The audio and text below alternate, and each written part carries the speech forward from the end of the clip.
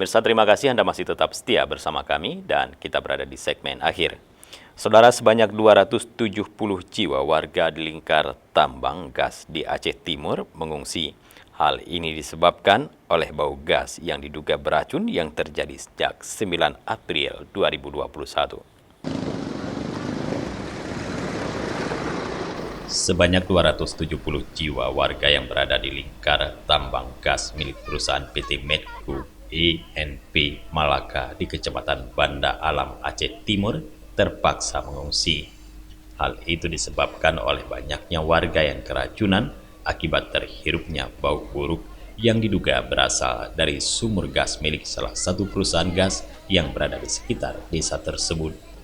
Berdasarkan keterangan Camat Banda Alam, Mulyadi mengatakan, sudah semalam warga desa Panton Raya mengungsi di halaman Kecamatan Banda Alam.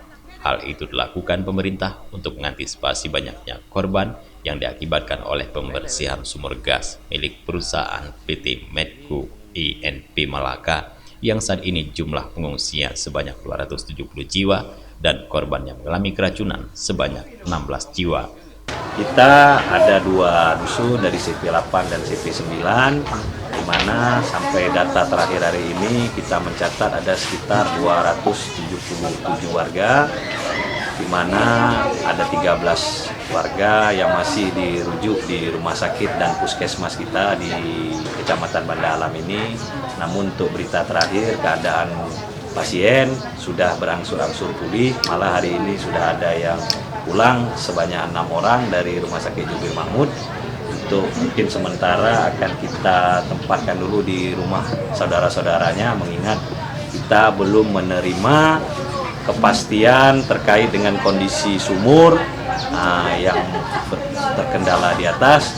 Mungkin dalam hari ini pihak perusahaan lagi menyimpulkan dan memberikan keterangan yang resmi nantinya supaya bagi warga kami ini bisa kembali ke rumah masing-masing. Dari 16 jiwa warga yang mengalami keracunan tersebut, 1 diantaranya adalah balita dan 15 lainnya masih dirawat di Rumah Sakit Umum Aceh Timur. Kini para pengungsi telah disediakan dapur umum dan tim kesehatan untuk memantau kesehatan warga di pengungsian. Dari Aceh Timur, Tim Liputan Aceh TV melaporkan.